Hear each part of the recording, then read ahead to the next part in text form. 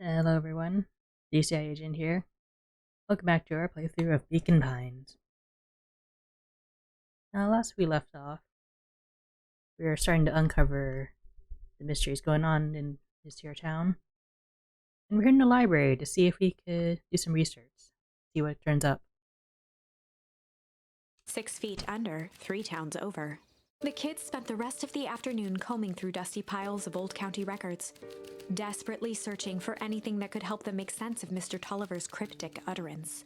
Luca tried to shake the thought of Gran's basement, but his focus wavered.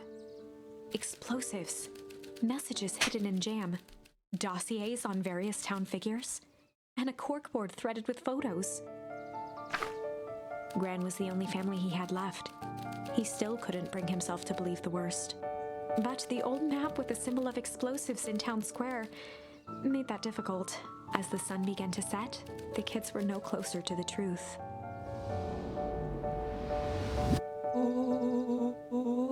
If I had to read any more records, my eyeballs are gonna pop.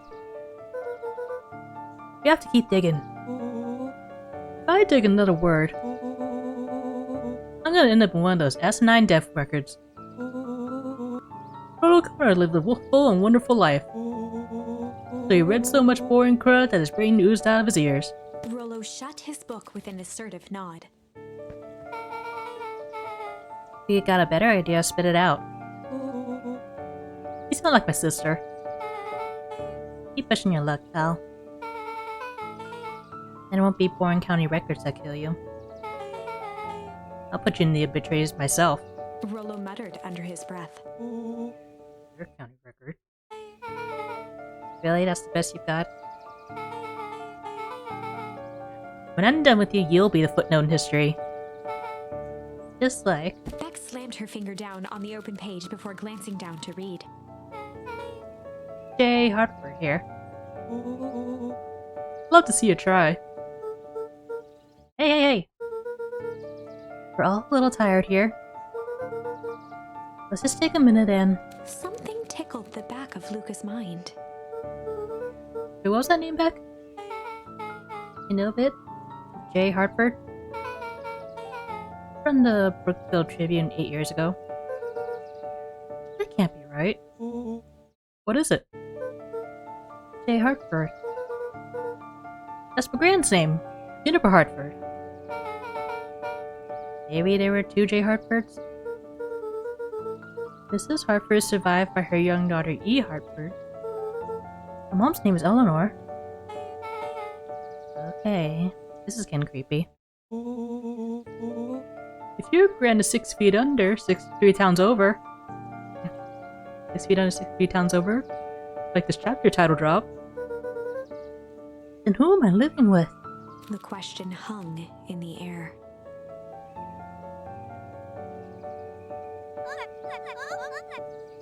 Alright, gang. I'm gonna close up for tonight. Beck rubbed her eyes.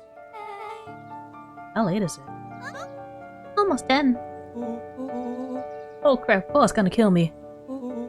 Gotta go. Yeah, my parents will be worried sick. Okay, let's heat up as early as we can at the festival tomorrow. What are you gonna do about the unconscious man in your basement? I'll think of something. We'll be fine, we got jam down there. Luca's heart was pounding as he approached the house. If he was lucky, Gran, or whoever it was, hadn't gotten back yet. And of course, there was Mr. Tolliver tied up and unconscious in the basement. Dealing with him would be the first order of business. Luca shook out his arms to calm his nerves before entering.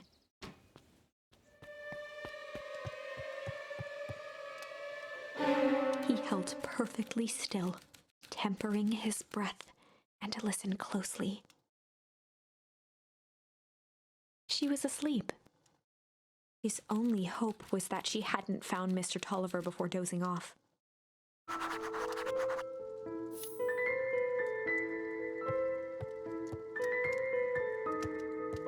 Still.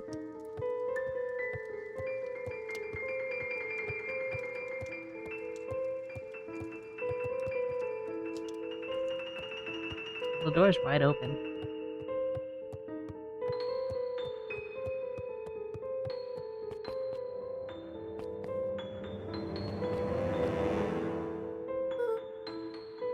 no.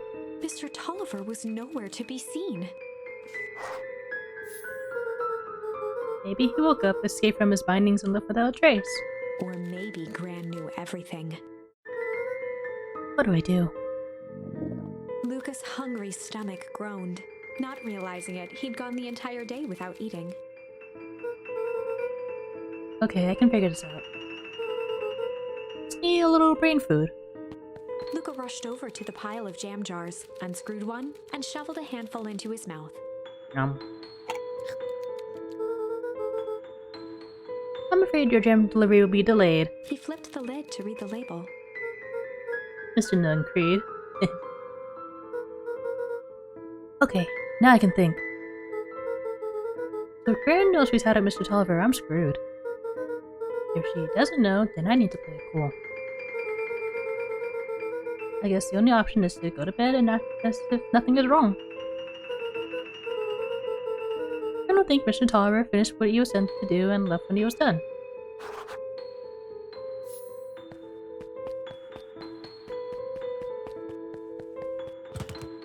Gotta work out this nervous energy.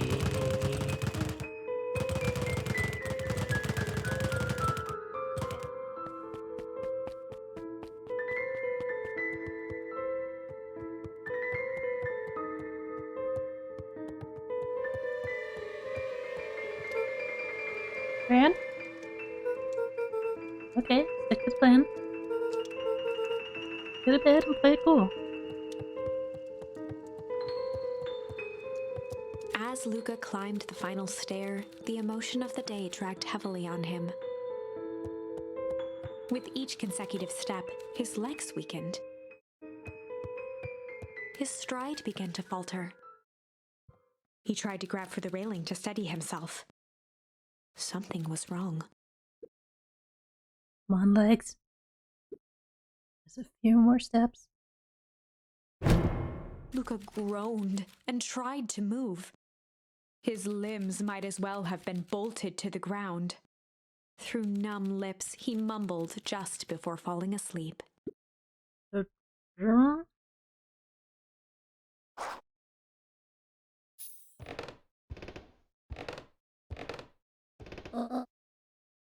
Sweet boy. What did you get yourself into?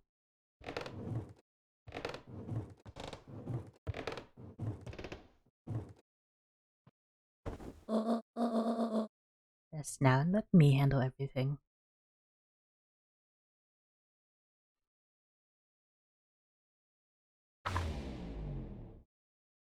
Chapter 9. A speech to end all speeches. Just plop me in the bed like a pile of laundry. Luca awoke to find himself face down in bed. Jeez, Gran, what if I suffocated? He moaned into his pillow. Why would Gran drug him? Or rather, why was she trying to drug Mr. Nuncreed? Shaking the questions from his woozy head, Luca snapped back to the matter at hand. The festival! Everything I need.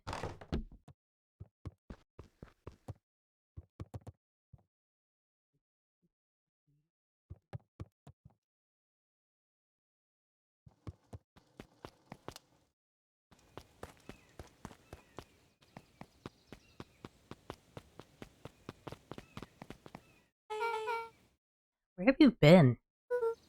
Gran put something in the jam. Yeah, we know. Secret messages for secret conspirators. Not this one. The one intended for Mr. Nuncreed. Put me to sleep. Whoa. Sly devil.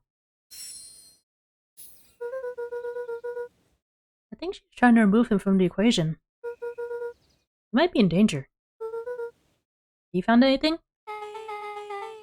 We looked around but haven't seen anything odd. Gran is nowhere to be found. But Mr. Nuncreed is just loafing around waiting for the speech. What speech? Here, Gus just got up to the podium. Everyone's gathering at the stage. Let's get moving.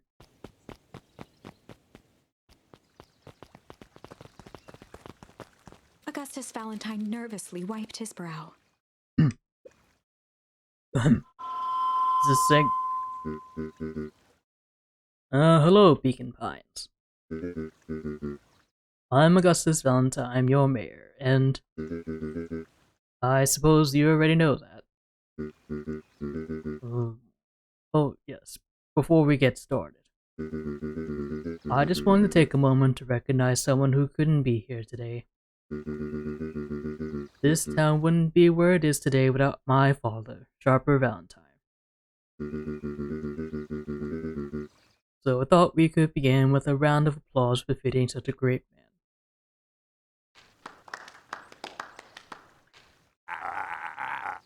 Even that's more than the old codger deserved.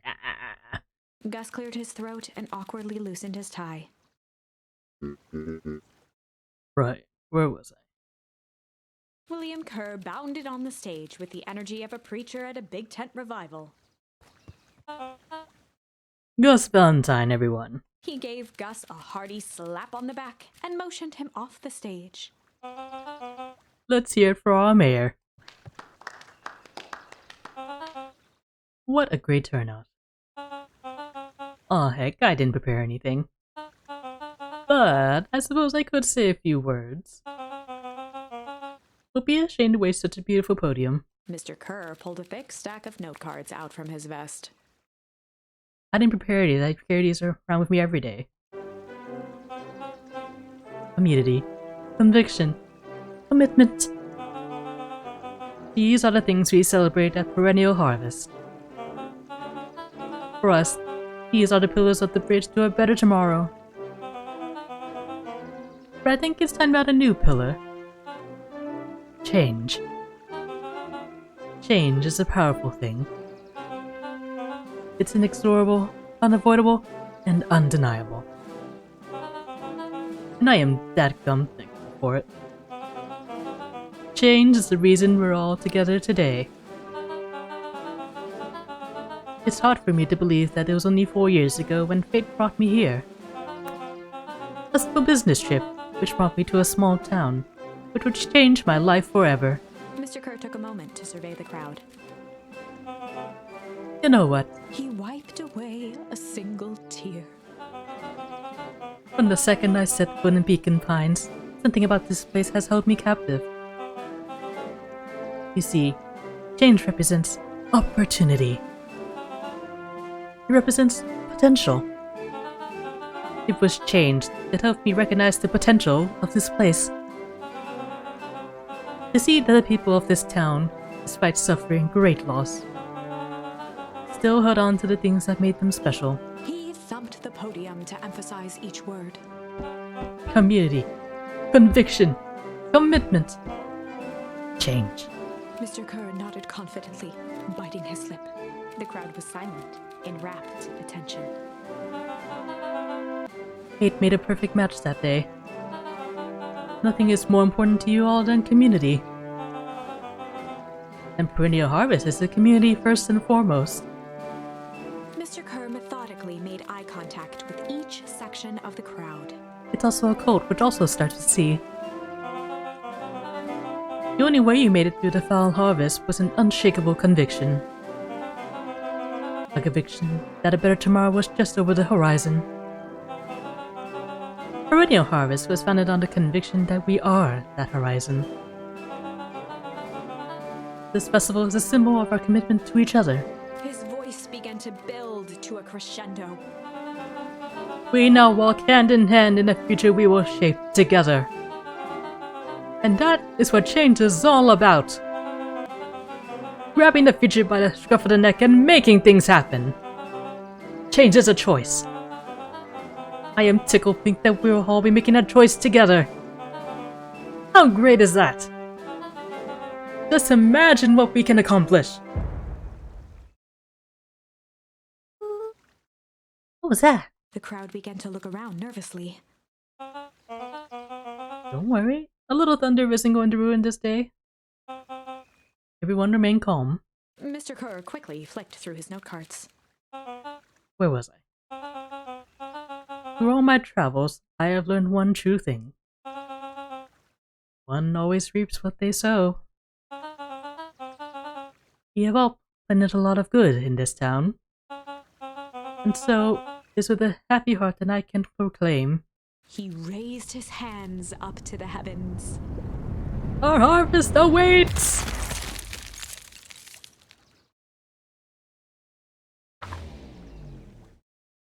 At that moment, a merciless wall of impossibly cold air ripped through the crowd, instantly freezing everyone and everything it touched. Again? For a man like William Kerr, this was a fitting way for things to end.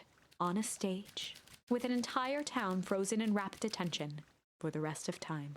The end. No, it's not. There's that ice again! Whenever I think we're getting close, it comes along and ruins everything! Maybe we should just quit? Maybe you should just close the book, walk away, and never think of me again! No, I don't mean that. We got a little closer this time. We just need to try again. Please.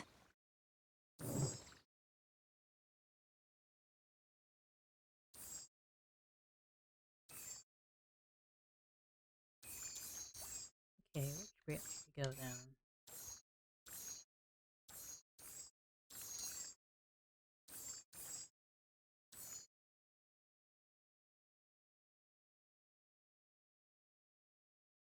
Okay, just try being sly.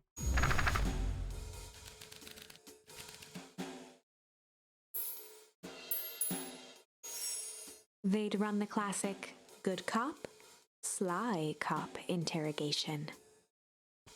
Luca and Rollo ducked behind a barrel, leaving Beck to her task. With a few crisp snaps, she roused Mr. Tolliver.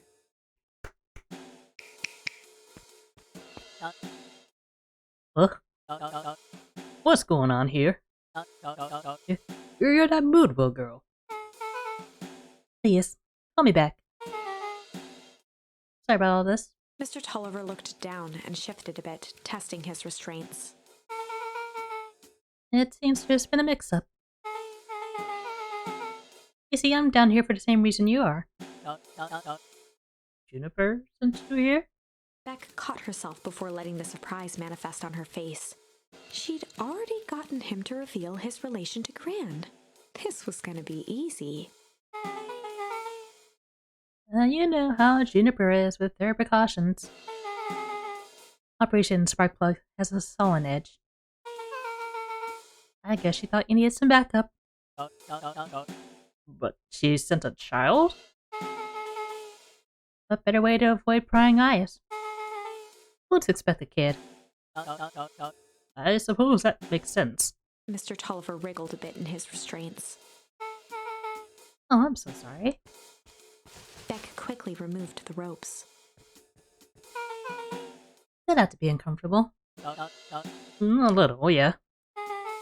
But you understand. We never know who to trust in this town. Mr. Tolliver rubbed the growing knot on his forehead. Very true. So it turns out we're both here to... Beck twirled her hand, as if to prompt Mr. Tolliver to finish her thought. destroy the evidence. Beck shook her head and clicked her tongue. Yet the old gal is nothing if not thorough. Mr. Tolliver let out an amused huff in agreement. She sure is. Can't blame her, though. If anyone were to find out that we're going to destroy the source, well, we both know how bad that might be. No one will know anything once I finish cleaning things up down here. Beck was on a roll now, playing Mr. Tolliver like a fiddle. You sure you can finish this up on your own? Jennifer trusted me for a reason. He can leave the rest to me. Good. There is one more loose end I'll go work on. Loose end? Oh, it's nothing really. The other day I had the radio on scan while I was stocking the candy shelf. And wouldn't you know it, I intercepted an odd phrase in a perennial harvest transmission. Underground secrets. That's ominous. I think it might be a password, but Jennifer dismissed it. Said it wasn't mission critical. What's the password for? We don't know. So we have a password and know where to put it? It's gotta mean something, right? Good thinking. You should probably go work that out. I got this under control. That's a relief. Between you and me, this basement gives me the willies. Heading for the stairs, Mr. Tolliver hesitated and turned to Beck with a puzzled look. She grinned and gave him a peppy wave. With a shrug, he continued up the stairs, whistling a jaunty tune. You guys catch that? Sure did. This whole time, Mr. Tolliver's had a candy shelf, but all there sells is apples. Beck blinked slowly in disappointment. The password, Rolo. Well, sure, but once things are back to normal, I'll be having a word with Mr. Tolliver about that candy shelf. Fine. In the meantime, I've got an idea. She turned to the table and began tearing small scraps of paper. He said he heard a password on the radio. Any good spy transmission is never what it seems. Beck marked each scrap of paper and leaned back. We just need to find the hidden meaning. Okay. What's another word for underground? Buried? Covered? Could it be a cover-up? Well, maybe it's one of those each letter's a number thingies. So you would be 21. N would be 14. You would be... Ooh. It's an anagram. Hungry Eats Drugstore. Luca and Beck looked at Rolo with amazement. Oh, that was incredible. Well, it's either that or Kren's new drugstore. Yeah, I think you were right the first time. How'd you do that? What can I say? I love ciphers. Well, I guess we know where to go next.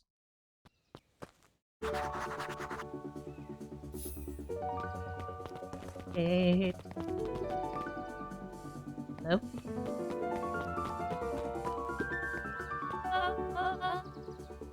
Scared me half to death. Sorry. You kids haven't seen Mr. Tolliver around, have you? Nope. He's got me waiting around like the last slice of pie. I swear that man would be late to his own funeral. Can we good luck at that?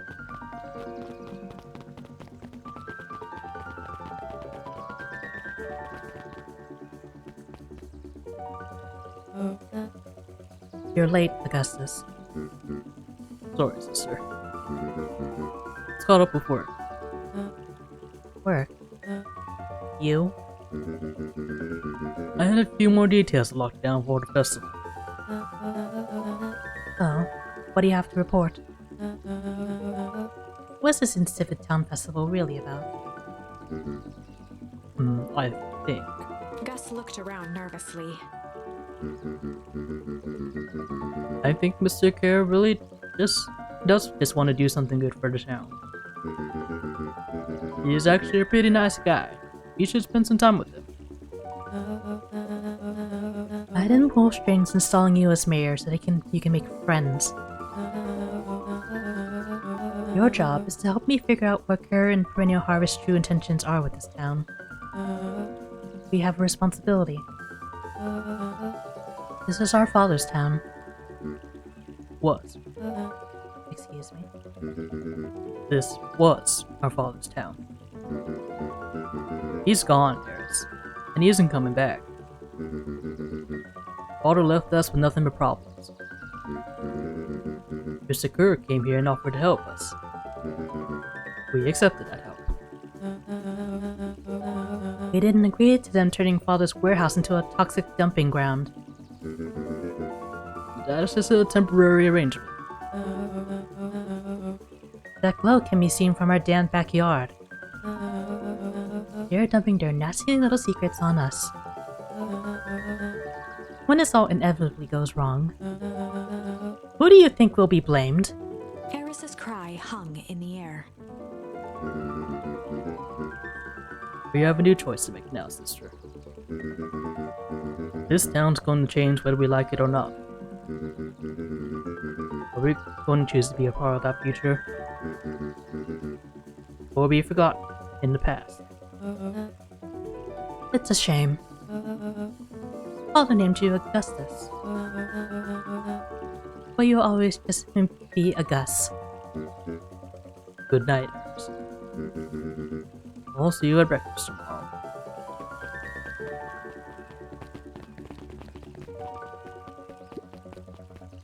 It's getting late, children.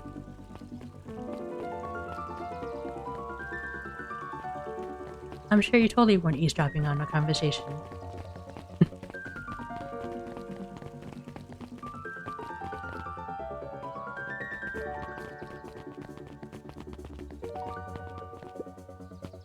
Solomon stood proudly at the entrance to the drugstore, holding a brown bag overflowing with black licorice. Hey, Solomon. We're looking for Mr. Nuncreed. Is he still in there? I'm afraid not. Then where'd you get the candy from? You might say we have an arrangement. Solomon shoveled a surprising amount of licorice into his mouth. Sometimes it's the small pleasures in life. Though we might not always have family to rely on. Licorice has never let me down. Well, I can't say licorice would be my first choice. But whatever floats your boat. You can tell a lot about a person by their choice of confection. Oh, yeah, I guess. I like sour gobs. I'm certain you do. I always wondered why Mr. Nuncreed kept licorice in stock. He must eat enough of it to make it worthwhile. There are many ways to earn loyalty. For some, it's as easy as cold hard cash.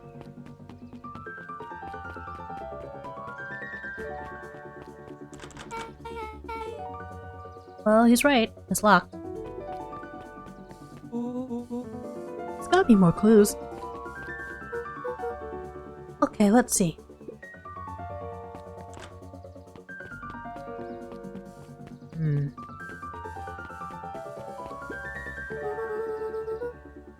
Have you ever seen anyone actually use this thing? Besides Mr. Nuncreed, no. Beck cupped her hands on the glass to peek inside. That's not a normal phone booth. It's got like a blinky keypad.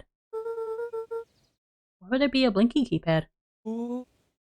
There's new drugstore. I mean, Underground Secrets. The password. Beck flung open the door and they all squeezed in.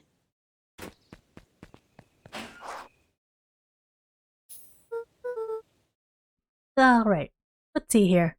Luca cracked his knuckles and entered the letters into the keypad. Underground Secrets. Sounds like that did something. Great. Now what? I guess we... The inside of the phone booth dropped loose from its shell.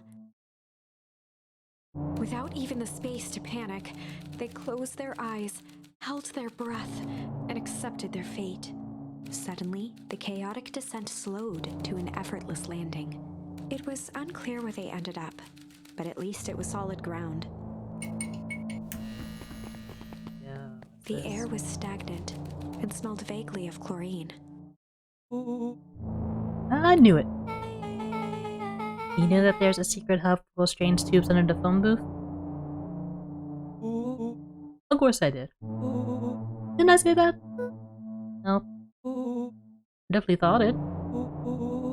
But do you remember when I said how cool it would be if the transdimensional conduits from Tankatomic issue number 12 were real? Well, at one point or another, you said that about every technology ever discussed in Tankatomic. That's why I'm such a good predictor.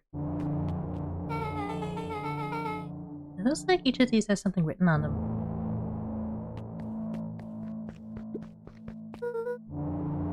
Mining Operations Alpha. You guys have mines here? Not that I know of. This tells all farms and fertilizer. And a series of tubes. It always says you can only trust the miner up to the point where they hit gold. Not sure how that wisdom applies in this exact situation. That's the thing about Paul. You don't always realize what he means until it's too late. Perennial Harvest main office. That's where my mom works. What does she do? Science stuff. Is she involved in all this? We just moved here. How could she be involved? True. Downtime Fertilizer Warehouse. Isn't that where you almost got snatched? Yeah.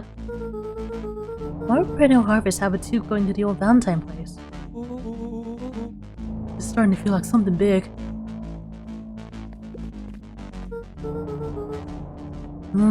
This suit has a broken mask. So, have you found our mystery warehouse keeper? You've at least found their hazmat suit. If it walks like a Nuncreed and talks like a Nuncreed, let's not jump to conclusions. Just saying. That's a lot of buttons.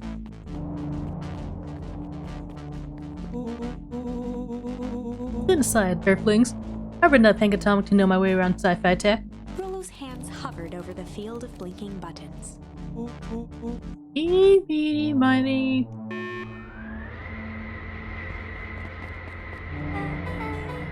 Rollo, what did you do? Nothing. I didn't even do it yet. Is that supposed to mean move? I mean, I'm sure some people can think Rollo's blowing my way. What was that? Hide! Where? There's something about weird tubes down here. Let's get back.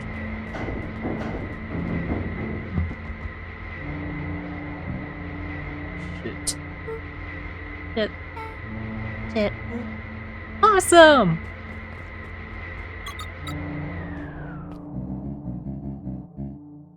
You all need to come with me now.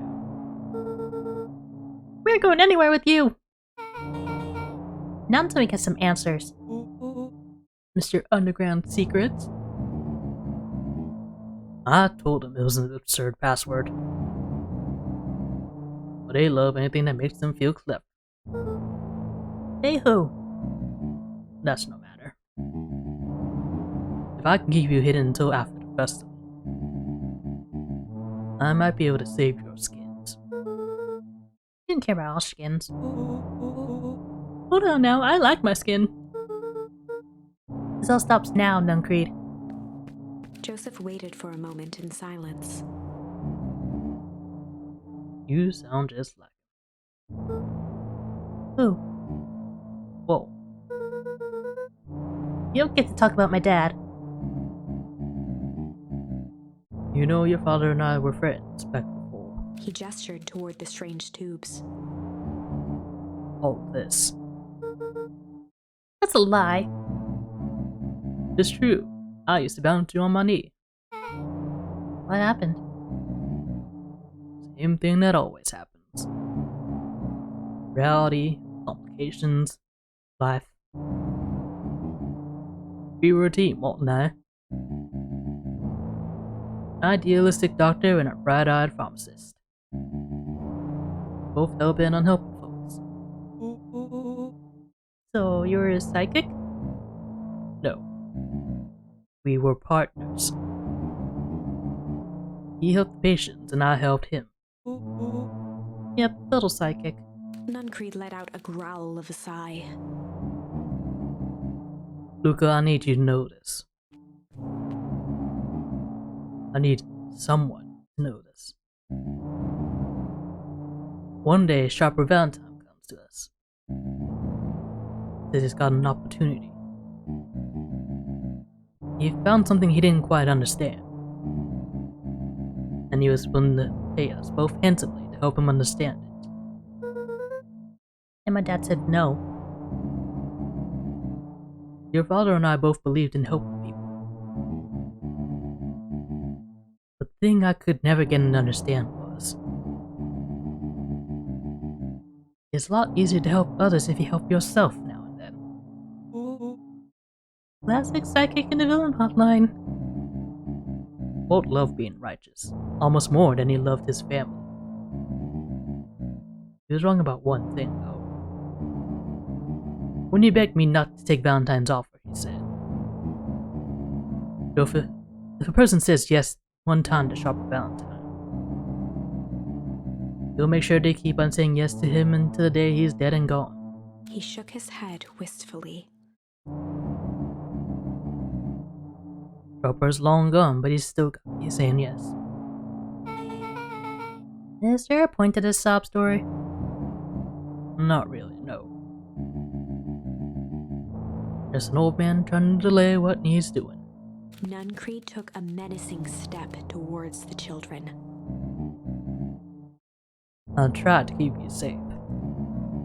I tried to keep you and Juniper out of this. But you forced my hand. Luca began to laugh. What? You really don't know? Grand isn't out of this. He's been scheming right under your nose. Juniper? Seems like she's planning on crashing the town's party.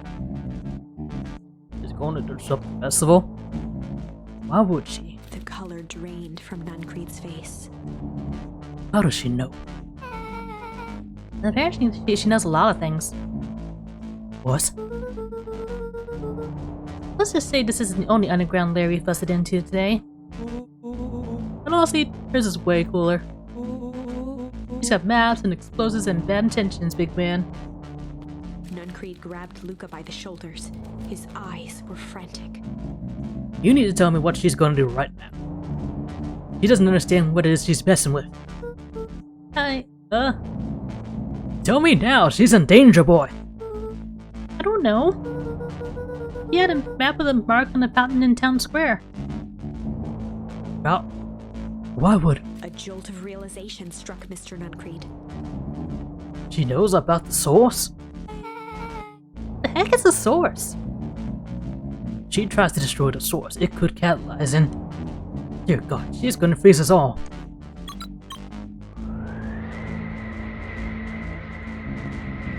You all need to run. Run where? Away.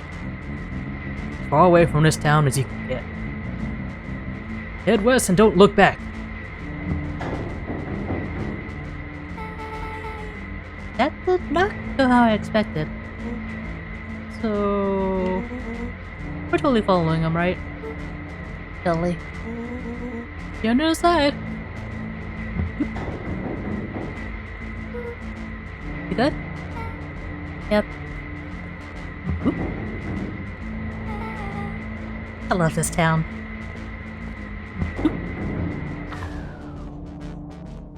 Chapter 8.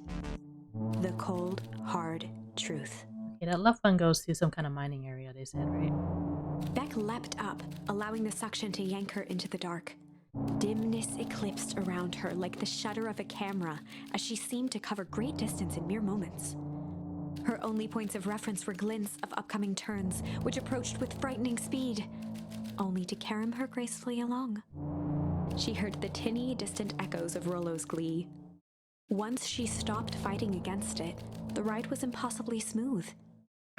Then, all of a sudden, as if minutes had passed in an instant, light blazed into view. A burst of wintry air snuffed across her face, and she was flung out into the cold.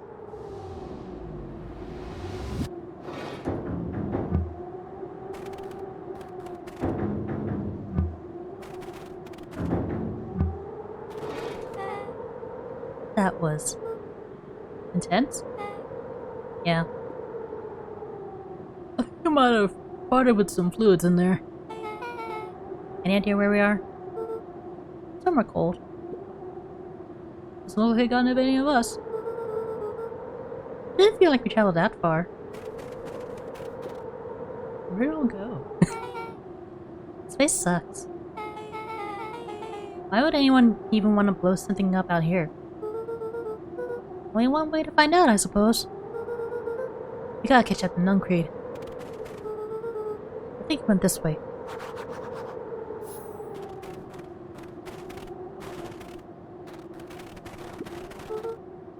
This looks familiar. Yeah. Maybe we can clear off the snow. No time. Nuncreed's getting away.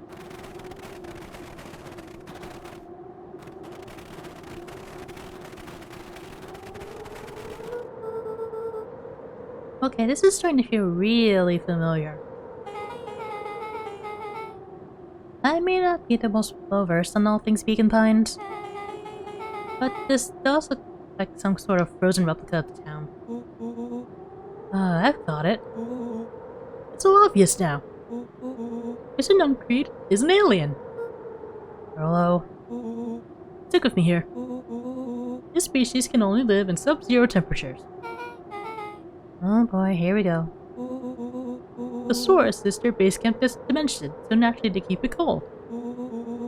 We found it by traveling through those metallic wormholes back there. The final objective: kill us all and shapeshift into a Beacon Pine citizen of your choosing. You never really had me, but you very much lost me there. You get used to it. We should keep moving. As they rounded the corner to the frozen town square, they spotted Mr. Nuncreed inching cautiously toward a pit at its center. He held his arms out gingerly, as if approaching a beast in the wild. Upon closing the distance, Luca recognized what Nuncreed was after. Gran stood confidently at the edge, one arm outstretched over the abyss. Nearby, a wheelbarrow had been emptied out. She held a lit torch, which flickered in the bitter wind.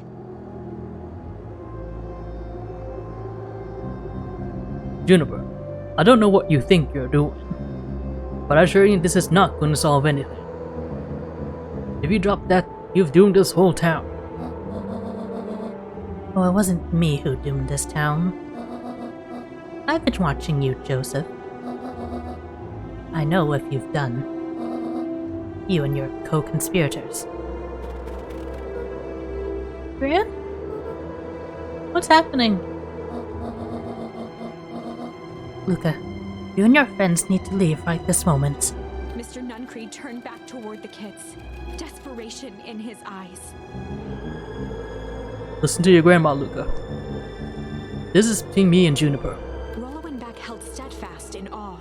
Luca approached closer. Mr. Nuncreed spun back toward Gran, his voice growing louder. You've got it all wrong, Juniper. Just hand over that torch. You don't understand what you're doing. How could I possibly trust you to do the right thing? Paul told me everything. He trusted you, and you betrayed that trust. Luca, did you know that this man's entire life is a lie? If it weren't for him, your father might still be alive. Mr. Nuncreed winced with anguish. His voice hardened. That's not true. They both now yelled, not to each other, but at fate itself, making their peace with long-held burdens. The wind howled with encouragement. What was like a brother to me? We just had different ideas about how to effect change. Very convenient that your way just happened to line your pockets. No, that's not fair. They menaced at each other, both catching their breath. The moment balanced on a knife's edge. Amid a blur of emotions and memories, Luca's mind flooded with questions. The wind calmed, as if to give him the stage.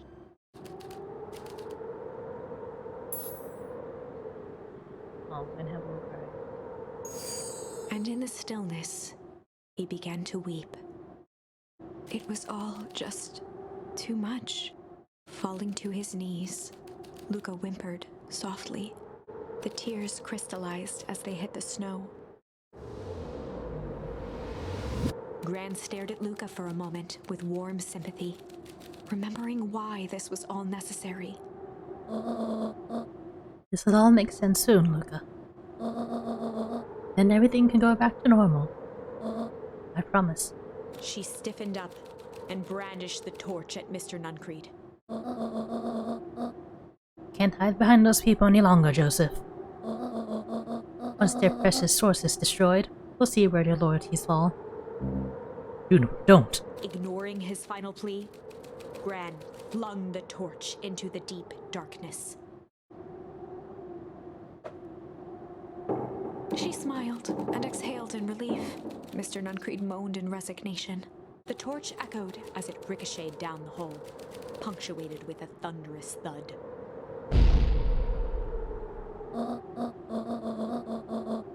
You see, Joseph, I've learned one very important lesson in life. If you want things to change, then you must be willing to. Before Gran could finish, the ground shook her to silence.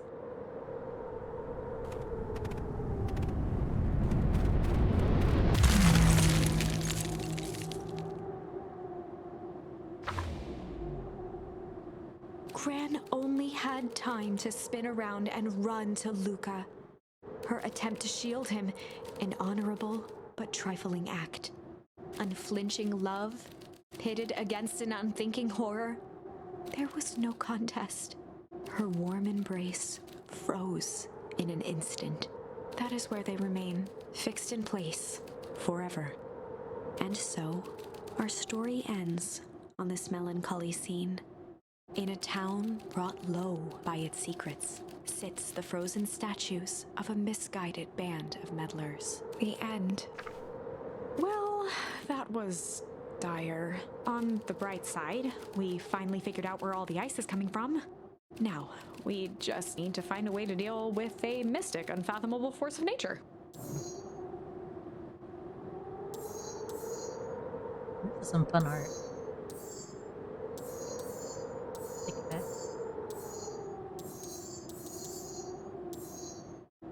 So, over here.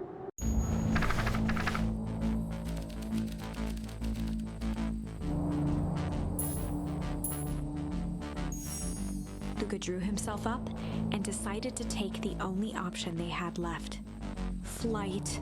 He squinted down the barrel of the mission control defense cannon, aiming it through an opening in the dense tree branches.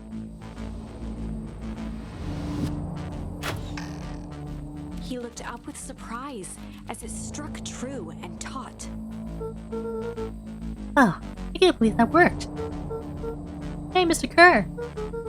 We'd love to hear your thoughts. But I'm afraid we have places to be. Come on, Iggy. See ya, jerks. We outta here. Fine. We know where that leads them. This way. We'll take the tunnels. Luca and Iggy winced as they sprinted through the thicket. The branches clawed at them, reluctant to give passage. After what felt like a marathon, Luca stopped in his tracks as they reached the clearing. What the? That was all he was able to say before Iggy slammed into his back. The boys tumbled down a steep decline and crashed with a wheezing thud on a surface as hard as ice. In fact, it was ice. Chapter 5. Signs. They stood silently, catching their breath. The sky was like sapphire. With each breath, a plume of steam escaped from Luca's lungs. Let's keep moving. Luca pulled Iggy to his feet as they gazed across a snowy terrain.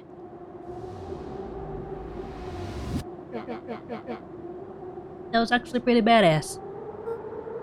I think we lost them. Are we up in the mountains?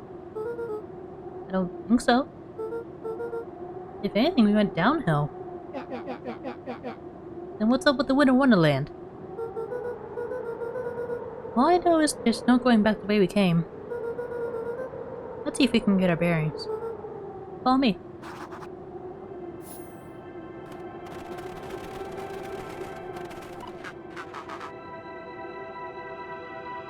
Is it Rolo? Are you there? Luca had almost forgotten the walkie-talkie he was carrying. Is that bozo care? I hope nothing bad has happened to you out in those woods.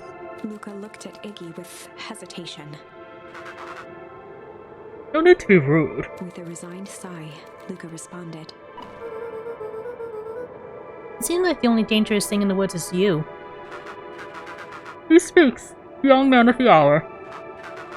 Now how in tarnation did you end up with one of our radios? Just lucky, I guess.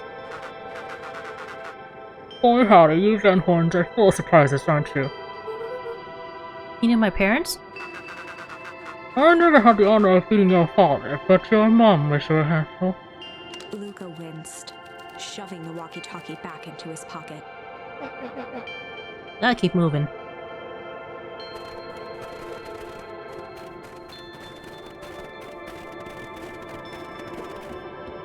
A disc of smooth metal was lightly covered in snow. 2 faint seams were visible along the surface. Manhole cover? If it is, I've never seen one like it.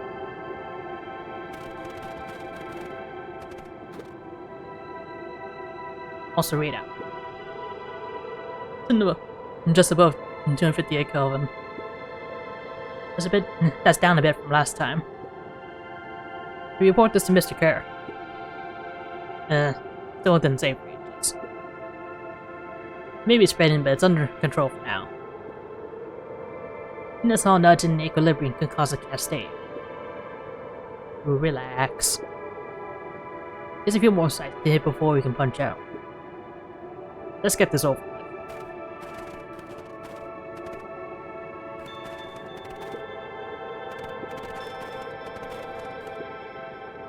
What's all this? Hard to say with all this snow. I think it's a town sign. I can almost make out the letters under there. What town could this even be? There couldn't be another town this deep in the Weepwood. I'm looking at evidence to the contrary. Let's figure out what we're dealing with here. Step 1, snow's gotta go. I'll see what I can do. Yep. The boys stared in disbelief at the sign that now clearly read, "Welcome to Beacon Pines." This doesn't make any sense. We're in Beacon Pines? How's that possible? We ran away from town. How did we get back here? I guess we got turned around. Where'd all this snow come from? Well, it's been colder than normal lately. There's a pretty big difference between sweater weather and this Arctic hellscape. The bottom we fought at before. It was cold too.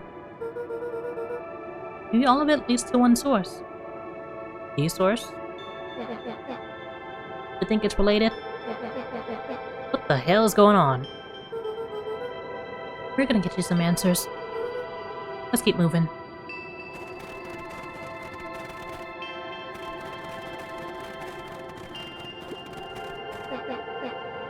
It's all frozen. Looking down at the frozen stream, Luca could faintly see a school of minnows encased in the ice. Whatever happened here, it happened fast. The fish didn't even have time to run.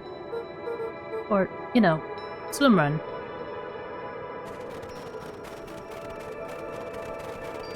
The crunching of footsteps trailing Luca went hush. He looked back to see Iggy's face twisted with confusion. Everyone's gone. What? There's nothing here but more snow. There must be an explanation for all this. We have to keep looking. You can look all you want. I quit. Iggy, we have to keep going. You don't get it, do you? This isn't one of your pathetic pink atomic stories. We aren't going to save the day. We aren't even going to save ourselves. My face is mangled. Town's destroyed. And they won't ever know it's gone. You don't know that. You just quit. Do whatever you want. I'm done. Iggy, it's gonna be okay. Luca peered upward at the darkening sky. He let out a long, foggy breath. Faintly, Iggy began to cry. Seeing Iggy in such a pathetic state gave Luca a sense of compassion and more than a little guilt. It is getting pretty late, I think. Probably not a great idea to stumble around in the dark anyway. Luca allowed himself to collapse next to Iggy. Let's just rest for a bit. The boys huddled together for warmth and comfort. If not for exhaustion, their minds would be racing, trying to make sense of the events of the day. At least get in a building first, guys. As it was, all they had energy for was to sit in silence, numb.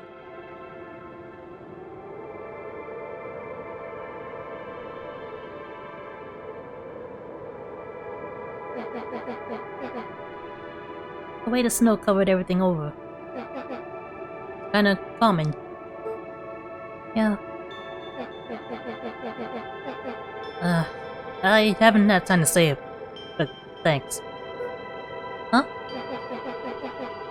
Getting us away from those creeps. I sort of froze up back there. Hey, I should be the one apologizing. This all happened because I lost my temper. Nah, that's bull hockey. First of all, you didn't know what that gun could do.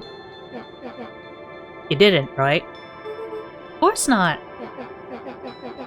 And second, stop with this baloney about losing your temper. I did lose my temper. Iggy motioned sarcastically to his half-deformed face. Obviously. That's exactly what you should have done. Huh? I was being a horse's ass. You were supposed to be a horse's ass in response. That's how it works. You know, us guys being guys, toxic masculinity, eh? Again, I'm having a hard time following. You wanted me to fight you? Of course. These you goody-goody types take forever to understand this very basic point. Why would you go around saying cruel things trying to get into fights? Iggy shrugged. There's something to do. You're an asshole because you're bored? Sometimes I just feel empty. You wouldn't understand. You and Rolo are always having a blast together. Laughing and calling that dinky little treehouse mission control. Iggy now wept openly. Perfect little look of Van Horn. This perfect little life. My life is not perfect. My parents are gone, which you keep making fun of me for. You know this. Everybody in town likes you, because I'm just a little punk-ass bitch. Not everybody. Oh, that new girl hasn't even unpacked it, and even she already likes you. You have Tish. He wiped his nose with a sleeve. I love Tish. Tish is great. But she ain't exactly the world's greatest conversationalist, you know? Luca gave a warm chuckle. I get the impression. Iggy cleared his throat as he wiped his eyes.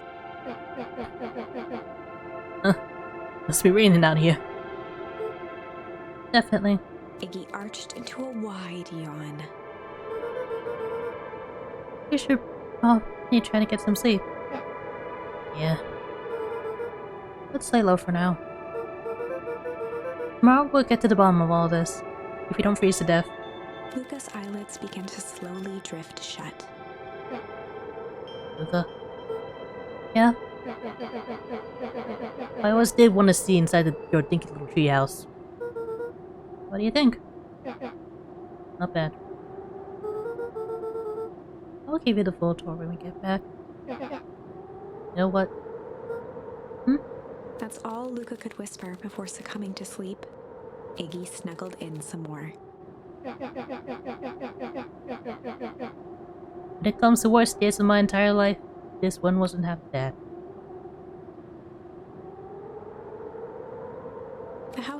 warm bread.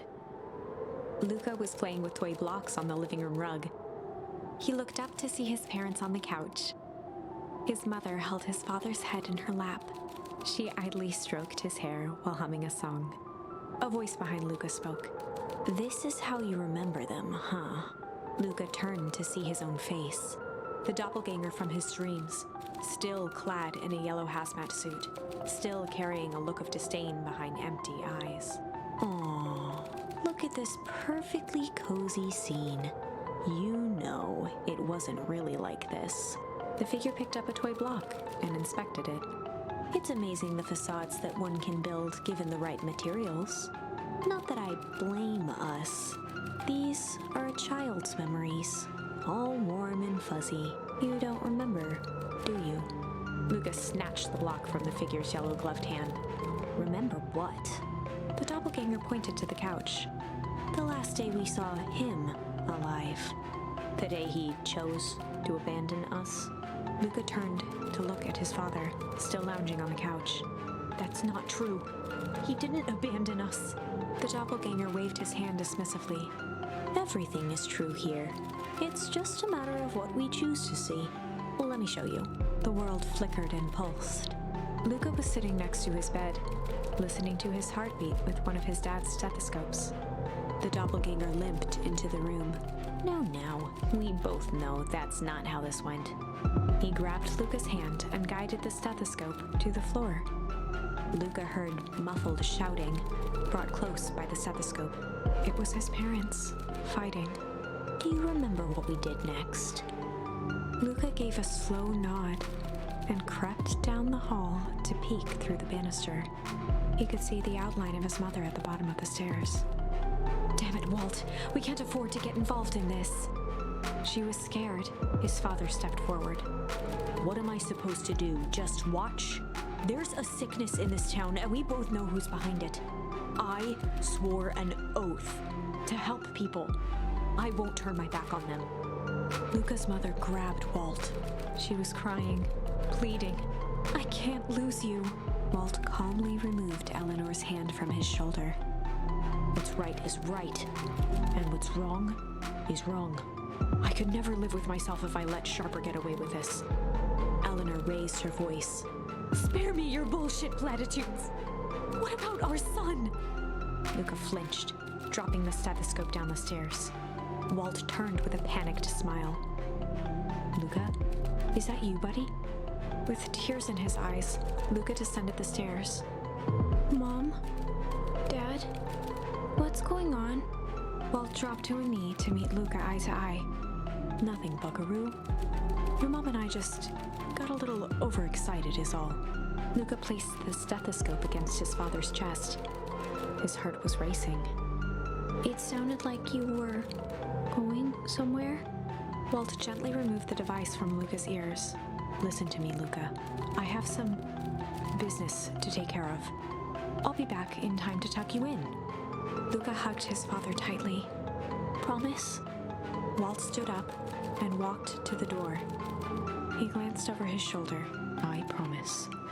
With a wink and a grin, he put on his hat and strode out into the evening sun. A figure approached soundlessly from the foggy snowfall. It stood above them, lingering in contemplation. Slowly raising one hand above Iggy, it snapped out 2 brisk raps on his head.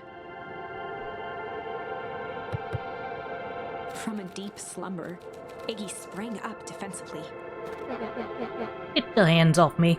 Whether it was the calming presence or the recognition that he was not in danger, Iggy felt his clenched fists lower. So what do you think you're doing? I was sleeping here. Luca looked up, gradually remembering his whereabouts.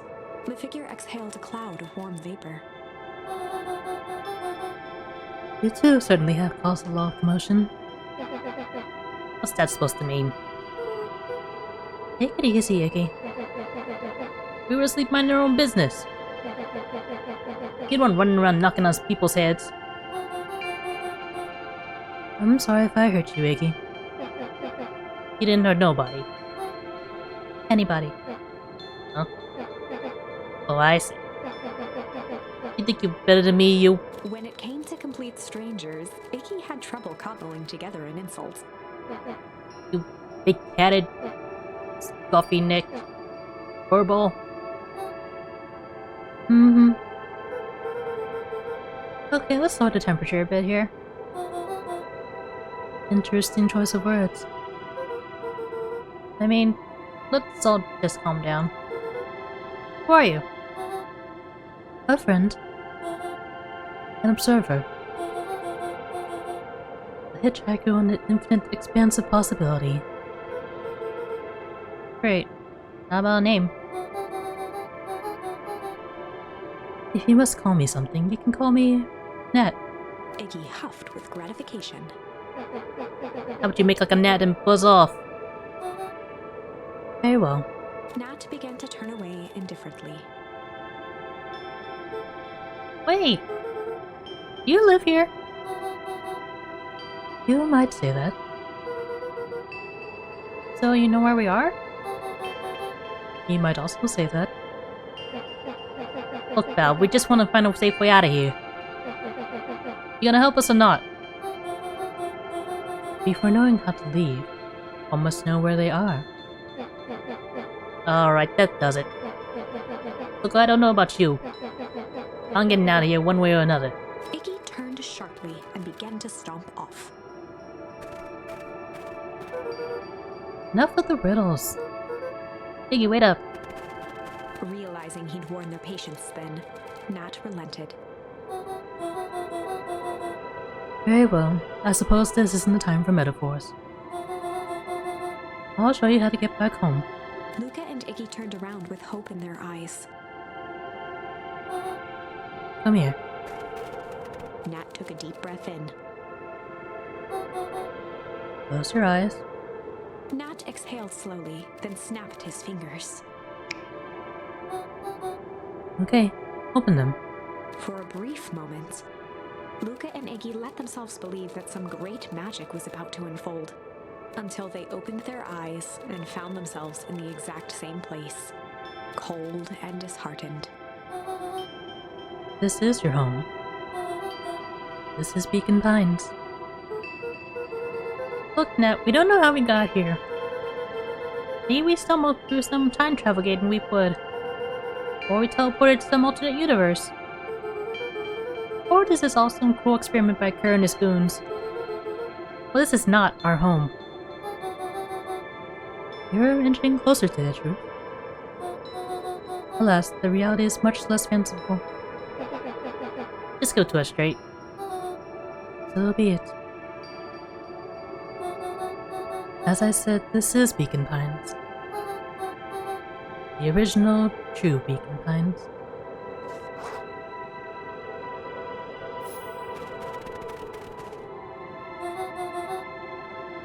You both grew up here. But the town you've called home, your home for the past several years, is a replica. A remarkable achievement of engineering, to be fair. But a replica nonetheless. That's impossible. It's too much work. You need a whole town to replicate a whole town. Indeed. To pull off such a feat will require immense labor power. That which could be moved would be moved. That which could not would require a precise duplicate. You would have noticed. Someone would have noticed. You'd think so, unless the auditing was impeccable. A mind-numbing attention to detail. As for the innumerable trivialities which complete the tapestry, well, you can leave that to this miraculous thing we call a brain. It has a real aversion to discontinuity, a revulsion even. The brain has a wonderful way of smoothing out the rough edges, keeping us sane. Luca and Iggy looked around uncomfortably.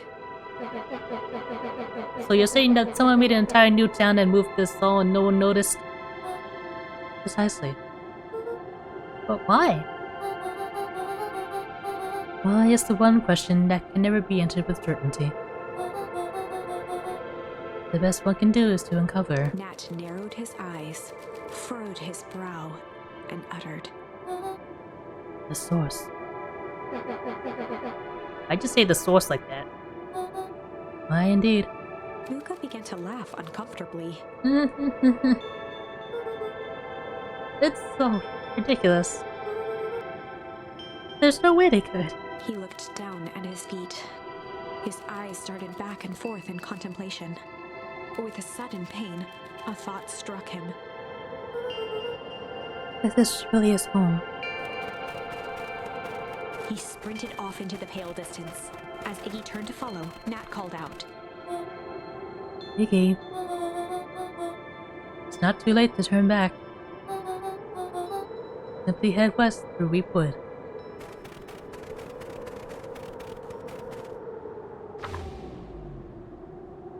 Chapter 6.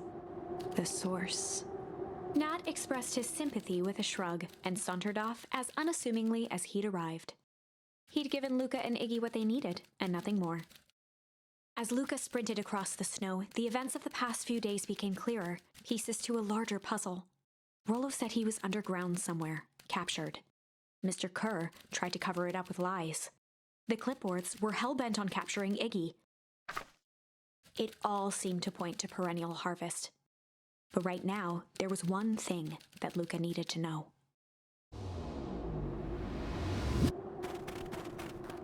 Luca stopped dead in his tracks. The tree was gone, uprooted and moved, leaving a raw gash in the earth. He dropped to his knees and dug wildly at the cold snow. His numb hands hit something hard, a headstone. A dry whisper escaped Luca's lips. Here. All this time I thought I was visiting you. You've been here, alone, in the snow. And I'm so sorry. They ruined your favorite spot in the world. Our favorite spot in the world. Dad, what do I do? There was no reply, just snow-covered silence. Why'd you give me the slip like that? What if I couldn't find you, you jerk? Iggy finally noticed the tears welling in Luca's eyes and the snow-covered grave. Oh. Iggy, they stole his tree, Iggy! Yikes. Suddenly, they heard the crunch of approaching footsteps in the snow.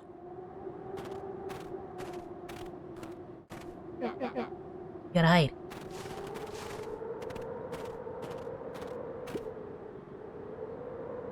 $259K. Off distance still good. So did you hear me? I said 259. I'm sorry. You ever think about what we did here? We saved a whole town of people. Doesn't feel like it sometimes. How about everything we left behind? It's a grave of someone with a family. People who love them will never know the truth. The truth is overrated. He bent down to scoop up a snowball and lobbed it playfully. Hey. Don't be such a downer, dude. We took this job to change the world. Yeah. Come on. It's almost lunchtime. Just shuffle. Weirdo.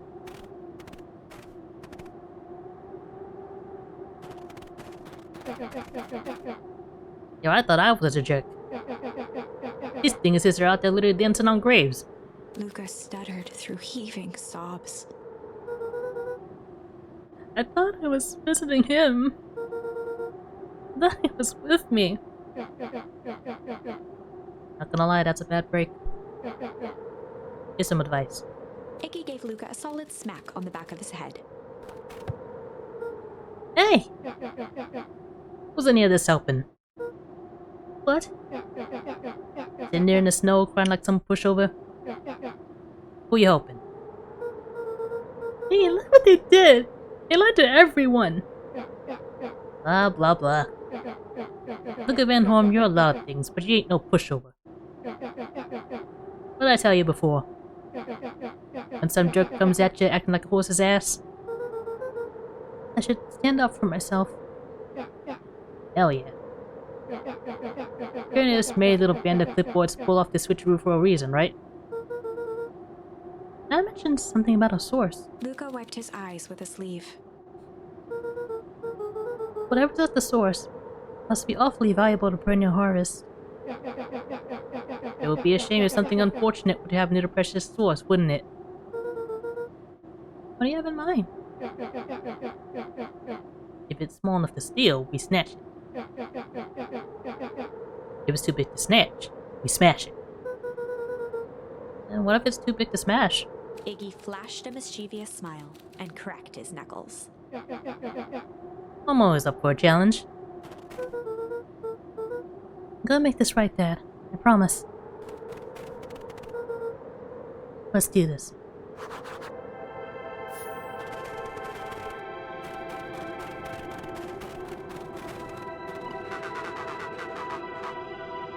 You can get awful cold out in this woods, Luca. Probably best you two stay put and conserve your energy. Help's on the way. Where's Rollo? Where's my mom? Did you kill her? Oh, heavens no, does he look a killer to you? Iggy and Luca shared a skeptical look. Oh, do I? Oh, shucks. No, that hurts my feelings. Screw that guy.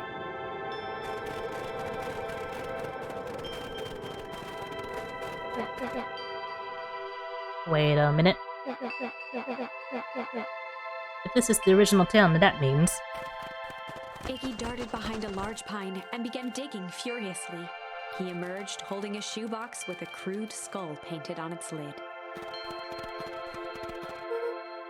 What's that? Long story. So a few years back, I, came into possession of some premium grade fireworks. Not the wimpy firecracker stuff they give kids. Good stuff. So why'd you bury it under a tree? That's a long part of the story, let me finish. You and Rollo were doing chores at Rollo's chicken coop. And you guys pissed me off for some reason or another. Luca rolled his eyes with realization. No, you didn't. Iggy stifled a chuckle. Yep. I just wanted to give you guys a little scare. But like I said, these are some primo fireworks. So I might have underestimated things. You blew up the chicken coop? I prefer to think of it as an incendiary redecoration. Sorry, but you should see the look on your faces. I look like grounded for months. We're just fine to stash the evidence and lay low. So I buried him under that tree. But when I came back for them later, they were gone. I figured some grown-up found them and tossed them. Iggy triumphantly raised the shoebox. Turns out it wasn't the fireworks that got moved. It was us. Unbelievable.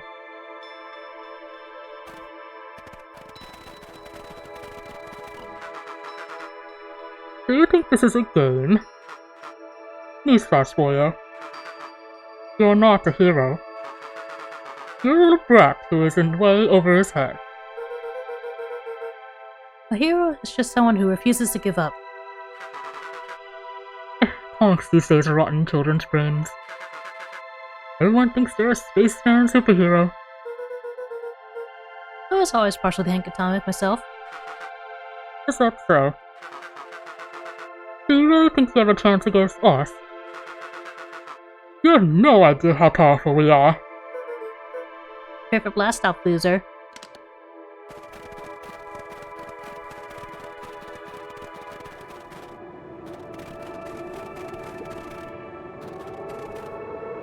Luca and Iggy inched up to the edge of the hole with bewilderment in their eyes. Arctic air breathed out of the cavern in heaving gusts. Echo! Whoa. I can see why they wanted to move us all out of town now. Why'd they dig a giant hole? I think this is it. This is the source? It's a dang hole? How do we smash a hole?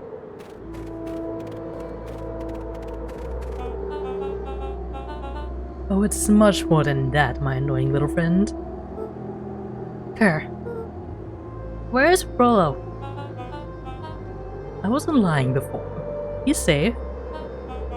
Well, safer than you two at least. Rats is cold. You just had to drag me all the way out here, didn't you? Mr. Kerr gazed down the abyss in contemplation. It really is something, isn't it? What did you do to our town? What is all of this? Well, that's a doozy of a question. This is the source, where they collect the unrefined, Kerr scratched the back of his head. Honestly, boys, I don't understand any of this well enough to explain it. Fact of the matter is, I'm not paid to know. What do you mean you don't know? Ain't you in charge? Oh heavens! My role is merely to flash a winning smile and manage various complications. Complications like us? You are a smart boy. His face contorted into a saccharine grin. It really is nothing personal. Some people are destined to strive for greatness, and others are simply obstacles along the way. Seems like you're destined to be a creepy lackey. The point is that we all play our part in life. Mine just happened to be a lead in the role of a lifetime. And you happen to be extras, ready for your curtain call. We aren't giving up without a fight. Your spell's not gonna be so winning after we're done with you. Now boys, there's no need for melodrama. It makes even a professional, such as myself, embarrassed for you. Let's change the mood a bit. Kerr snapped his fingers. Scene change.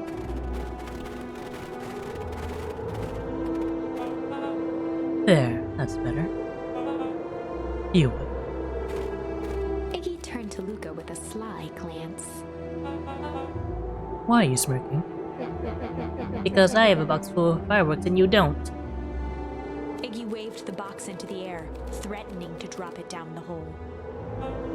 Stop. Let's not do something regrettable. Joke's on you, regrets one of my specialties. Out of curiosity, what would happen if I threw these into a precious hole? Nothing.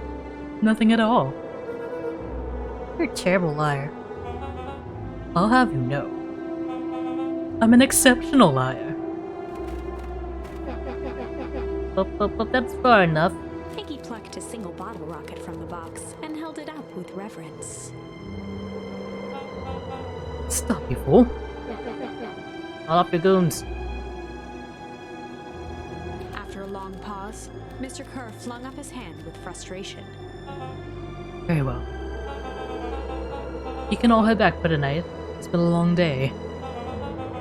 I'll handle these two from here. Moonwalk Mr. out of Kerr sighed into the frigid air. It's just us now, Iggy. You can put that down. What, like this? With a nonchalant flick, Iggy tossed the firework into the hole.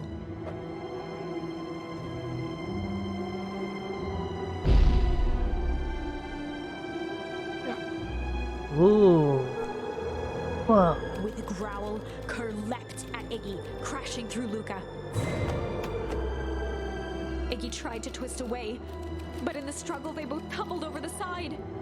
Luca dove forward, bracing Iggy's hand just before it slipped. His grip was made precarious by the cold, wet snow. He could see Kerr further down, clinging to Iggy's coat. You reckless child, what have you done? Luca, listen to me. Hold on tight and use the walkie-talkie to call him back. Now, what channel do I use? It doesn't make a damn difference, they're always listening. If you do that, the clipboards would just call us up and snag us both. The way you get out of this is if Pierre's out of the picture.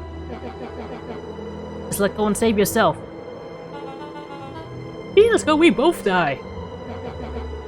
I don't want to die, but seeing the look on your face almost makes it worth it. Mr. Kerr, you've had a long life. Why don't you actually do something selfless and just let go? Mr. Kerr gasped with insult. Long life? I'll have you know I can still play 25. You should have previously seen us out of Phileas Young. With a wild look in his eye, Mr. Kerr began to hum a proud melody. I don't remember which musical this could be from. Wow, can you believe this guy? Luca's hand began to cramp. His voice began to crack. Kerr, just let go! No can do. If you want to save your friend, you have to save me too. Look at me. It's okay. Luca felt Iggy loosen his grasp. You're going to kill your friend like that, aren't you? Every muscle in Luca's body burned. I'm not his friend. Yes, you are. Nah, I'm just a no-good bully. Like you, Kerr. Hey, no! Luca felt his hand slipping. And I told you what you need to do with bullies. I can't! It's the only way out of this mess. Two birds with one stone. It makes sense for us to fall together. All I can do is travel in packs. A calm settled over Iggy's face. Look, let me do this. Iggy's voice was colder than the bitter air billowing from the chasm. Let me do the right thing for once.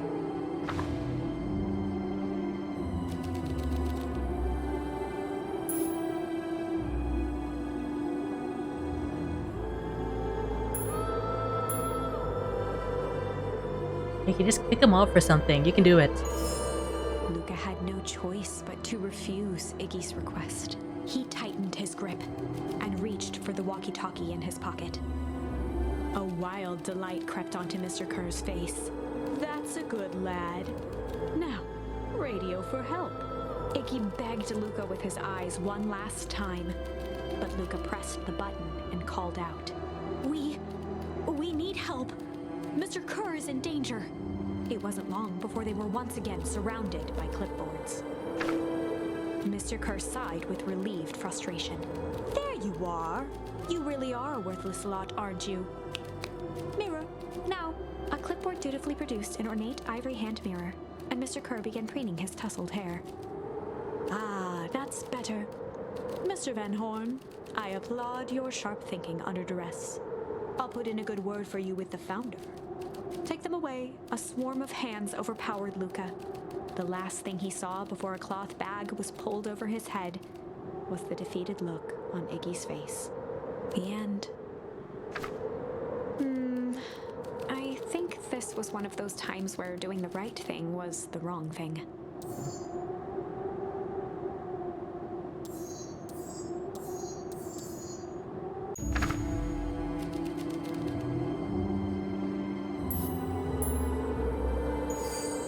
Luca had no choice but to accept Iggy's request. With a quiet blink, Luca watched a teardrop sail down into the howling void. As his fingers slowly gave up, he met eyes with Iggy. Good. Rest in pieces. The two silhouettes were swallowed by darkness.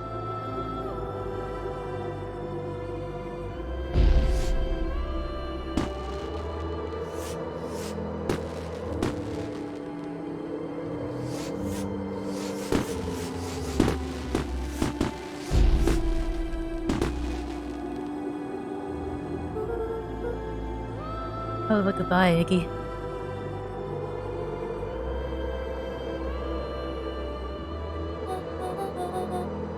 Luca, you should really step back. What? Quickly.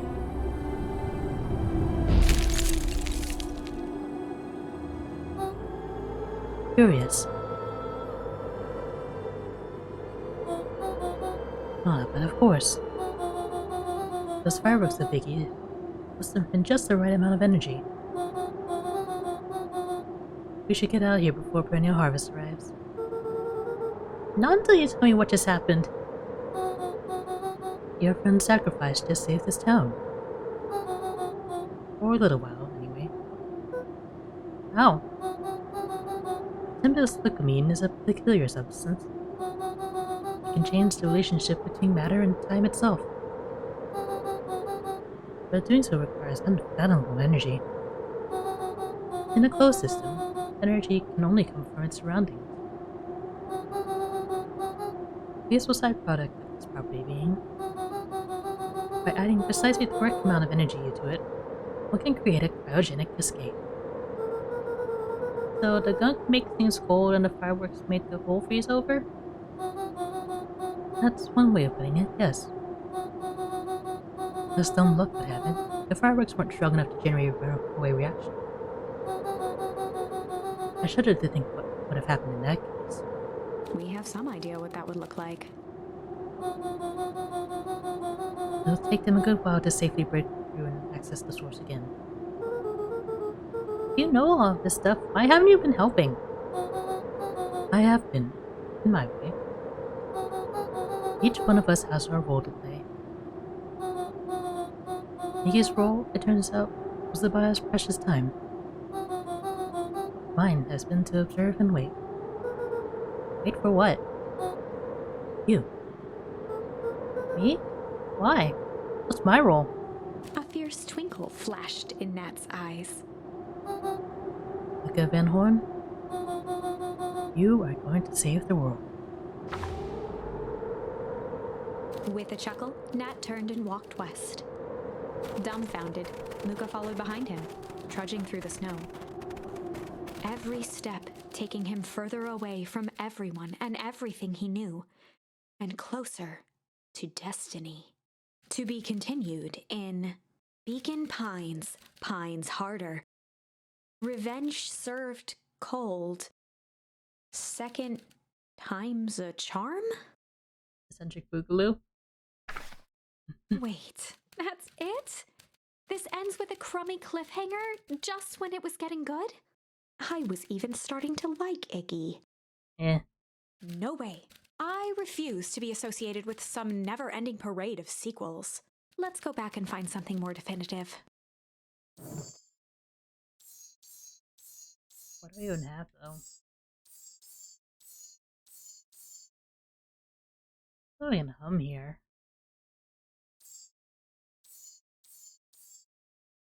Although, maybe I should follow something about 2 and charm. Although, I already used these 2 charms here. Maybe I should go fishing.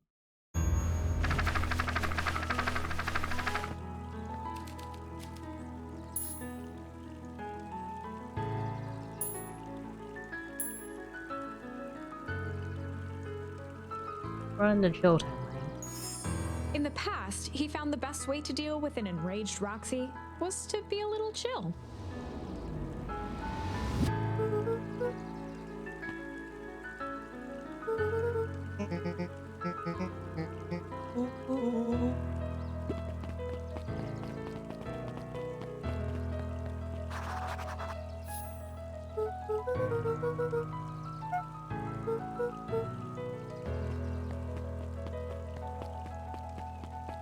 Simpler times.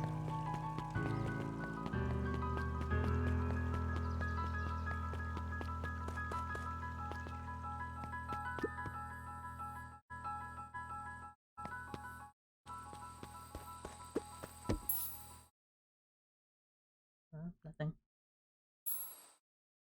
Luca wrapped some fish have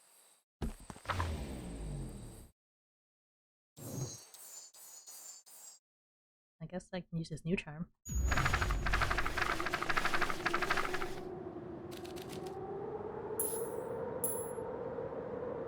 He's everything better, I guess. And in the stillness, he began to hum. After the death of his father, Luca had trouble sleeping. Each night, his mother would sit at the foot of his bed and hum a gentle melody. It was the only thing that could calm his mind. The only thing that, however briefly, could make it all seem okay. That melody pervaded every memory Luca had of his mother. Shivering in the raw snow, he began to hum it out loud.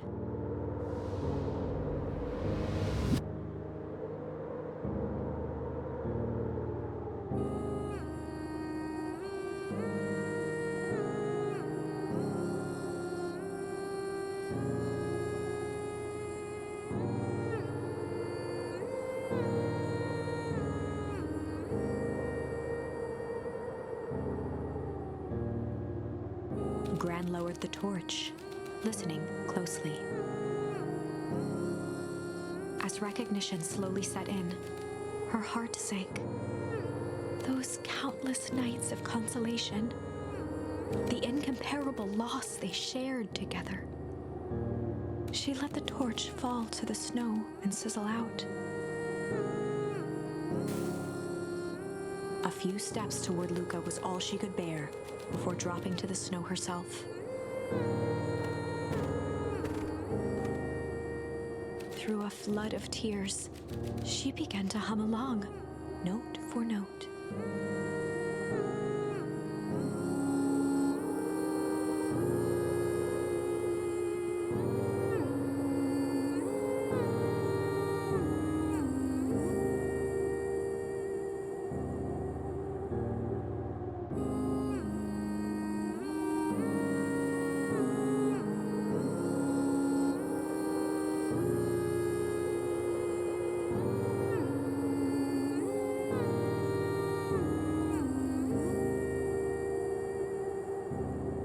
Luca lifted his head in astonishment. The last time he heard that melody was the last night he saw his mother. How do you know? I'm so sorry, my little Rue. Rue? The only people who call me that are my dad and your mother. Luca blinked through blurry, watery eyes, trying to see more clearly.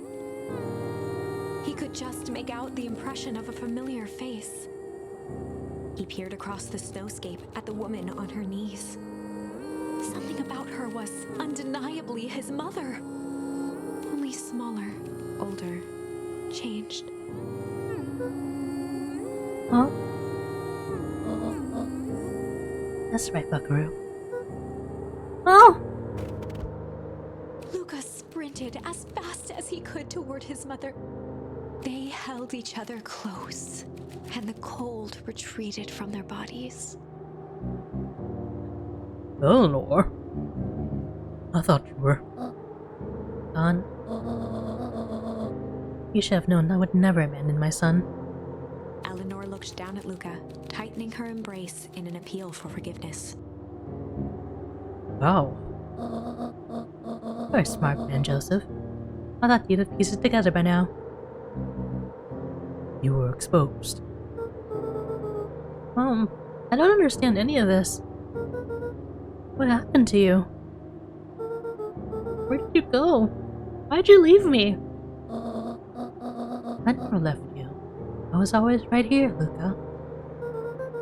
Why did you lie to me? Pull me up, Luca. I did it to keep you safe. I thought that getting answers would help us both move on. But the more I discovered, the more I realized the danger we were in. Until perennial harvest was stopped, it was better if everyone thought I was gone. You could have trusted me. These are bad people, Luca. They won't stop until they get what they want. And they don't care who gets hurt in the process. Then, what do we do? We have to stop them. Joseph slumped into the cold, wet snow. They can't be stopped. This is too big. I'd try beating them at their own game. I'm done fighting fire with fire. For the first time in a long time, her voice felt like her own again. No more lies. I see now there's a better way to stop perennial harvest. The cold, hard truth. Luca gazed down at Nuncreed with pity. He looked small. Joseph stared into the snow, as if searching it for answers.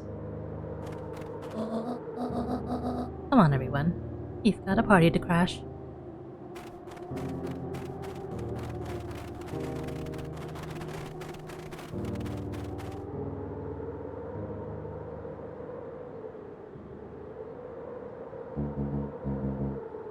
You don't understand.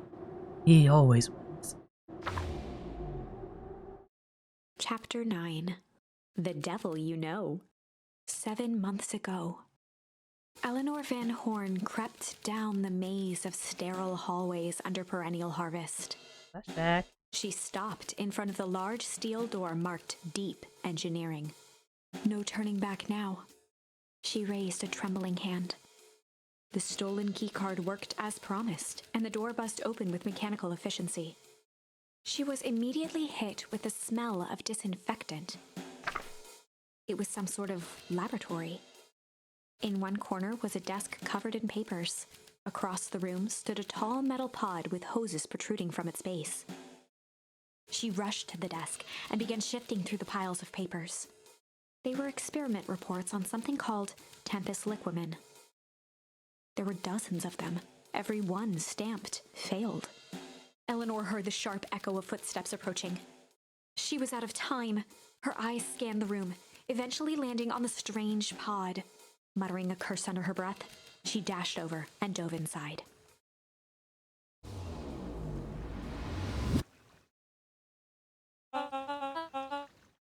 And that's what change is all about.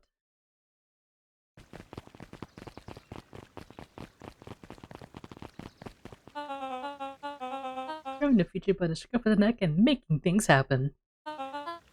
Change is a choice. I am tickled pink that we'll all be making that choice together. How great is that? This man is a liar. Excuse me? I will not. This town has a dangerous secret and perennial harvest only exists to keep it hidden. Nonsense.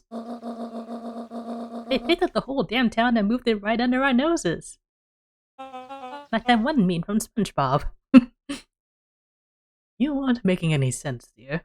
Mr. Kerr addressed the crowd with a sarcastic tone. Imagine such a thing. It's absurd. It's just plain impossible. They promised they could fix the foul harvest. They told us they would clean this place up. We just had to leave town for a few days. While they had us evacuated. Mrs. Hartford, I'm afraid I'm going to have to ask you to... You're afraid of a lot of things, aren't you? You sniveling little worm. This is growing tiresome. A little help, please.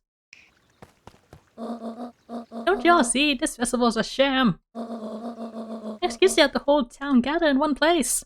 They're planning something awful. I don't know what, but these people are wicked. Don't listen to her. She has absolutely no proof. I am the proof. I'm Eleanor Van Horn. Whispers filtered through the crowd. Well, aren't you just sneaky as the dickens? We all knew Valentine's fertilizer was too good to be true. And now this whole town is paying the price. Ladies and gentlemen, I am so sorry about this disruption. My associates will take this obviously disturbed woman somewhere comfortable so that she can get the help she needs. She's not the one who's disturbed. you two-timing clown.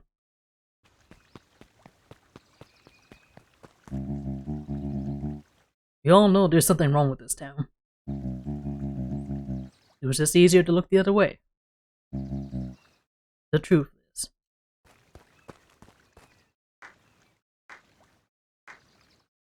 Solomon?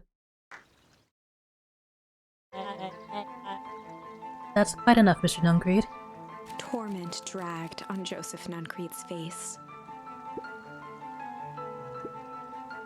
Yes, sir. Take them away. No, I want them to see this. You ever attempt to us, Eleanor Van Horn? You have been quite the thorn in my side. Like a weed that's burrowed in where it doesn't belong.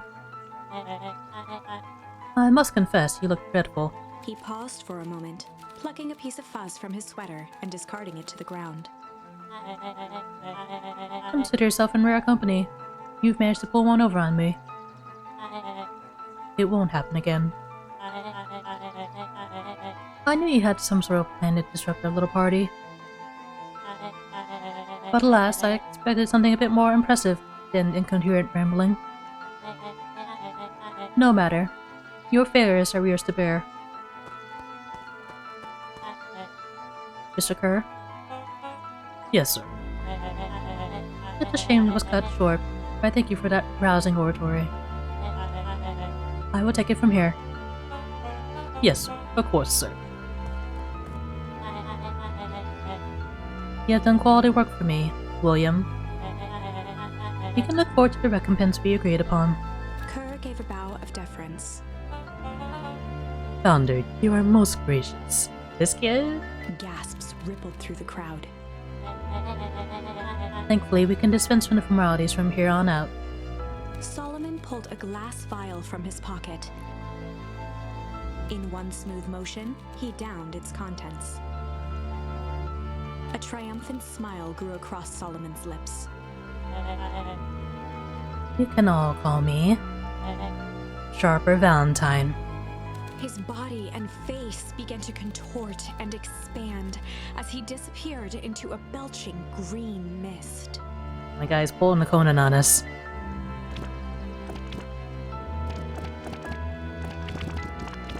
That looks painful. A hushed horror gripped the crowd.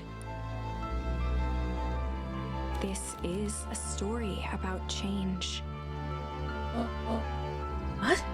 No. So you didn't see that coming. Good. Sharper examined his new hands. And new suit? Well, this is quite the improvement. Everything looks so much smaller now. Eleanor was right about one thing. This festival was a ruse. I wanted you all to witness my glorious return with your own eyes. Why does everyone look so downtrodden? This is a celebration, people. Maybe it would help if we set the mood. Mr. Kerr, be a dear and reveal the sign.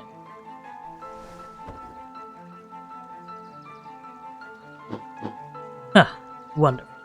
Sharper choked out a crude squawk of a laugh.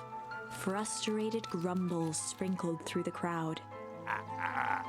Sharper, you malicious bastard.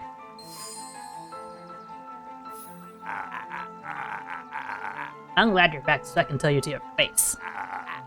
You destroyed this town. We ain't gonna let you get away with it again. Sorry. This is not the time for audience participation. Some assistance, Mr. Kerr. William Kerr gave a subtle nod to the clipboards.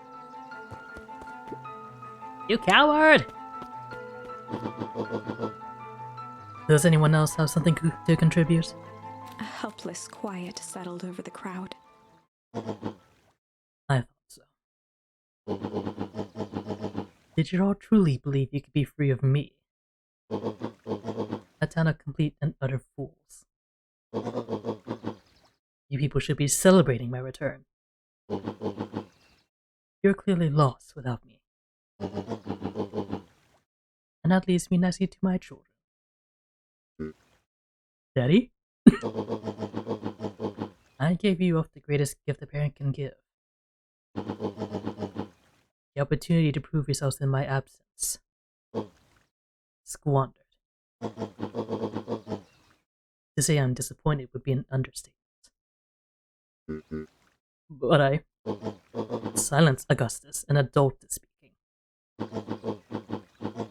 I don't know which is worse, a son who is completely hopeless, or a daughter with such potential who inevitably lets me down.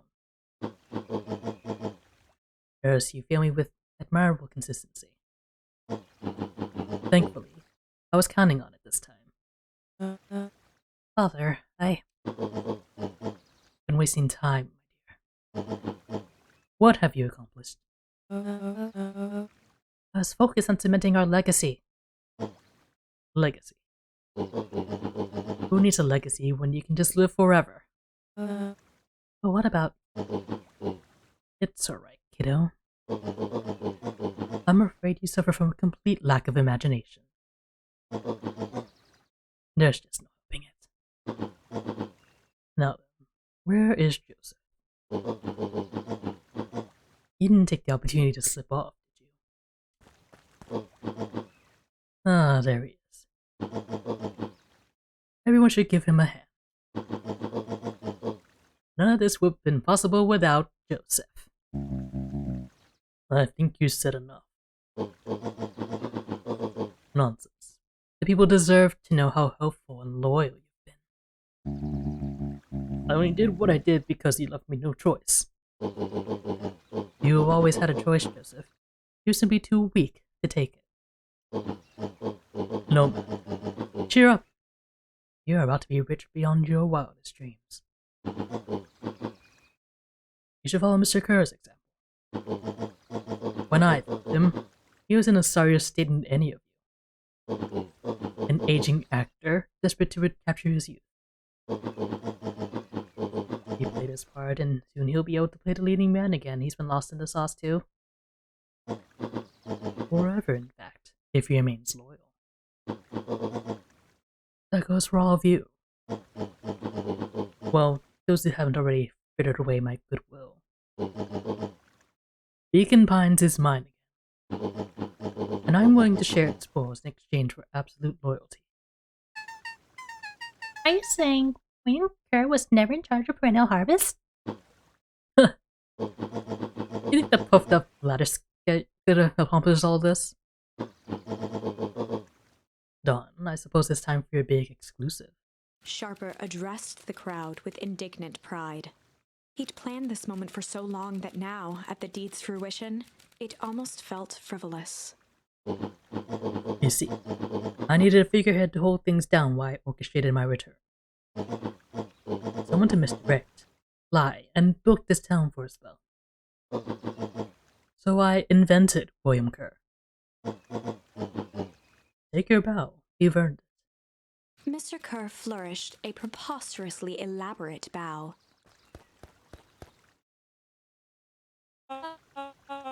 Patrick C. Montesquieu, thespian extraordinaire at your service. I saw your book in the library. Up his ass. Founder, I just want to thank you again for this opportunity. It was truly the role of a lifetime.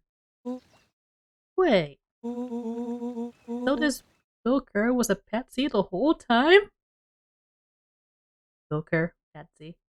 Now that your secret is out in the open, what's to stop this town from rising up against you? Oh, that's the delicious part. Fear. Thanks to our clipboards, I know what each and every person in this town fears most. And I will make those fears manifest for anyone who steps out of line. The choice is simple. I'm not afraid of you.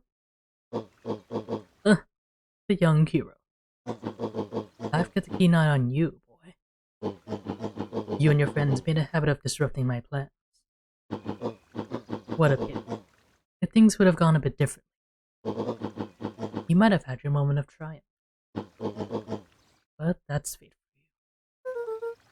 You can't do this! Oh, but I can! I have won. Never underestimate what a great man can do, given time.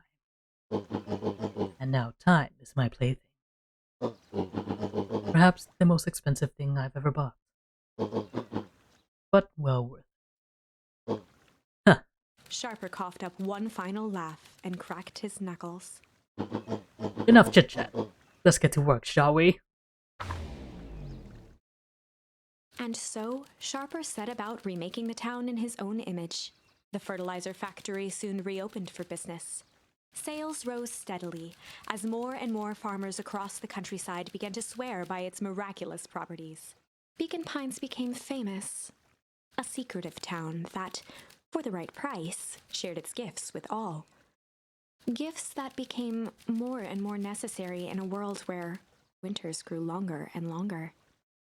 The end. No. This is wrong, but things are becoming clearer now. You can feel it, right? We can't let Sharper win. He might just be the key to this whole thing. Let's see. Okay, I got a charm in here. What was it?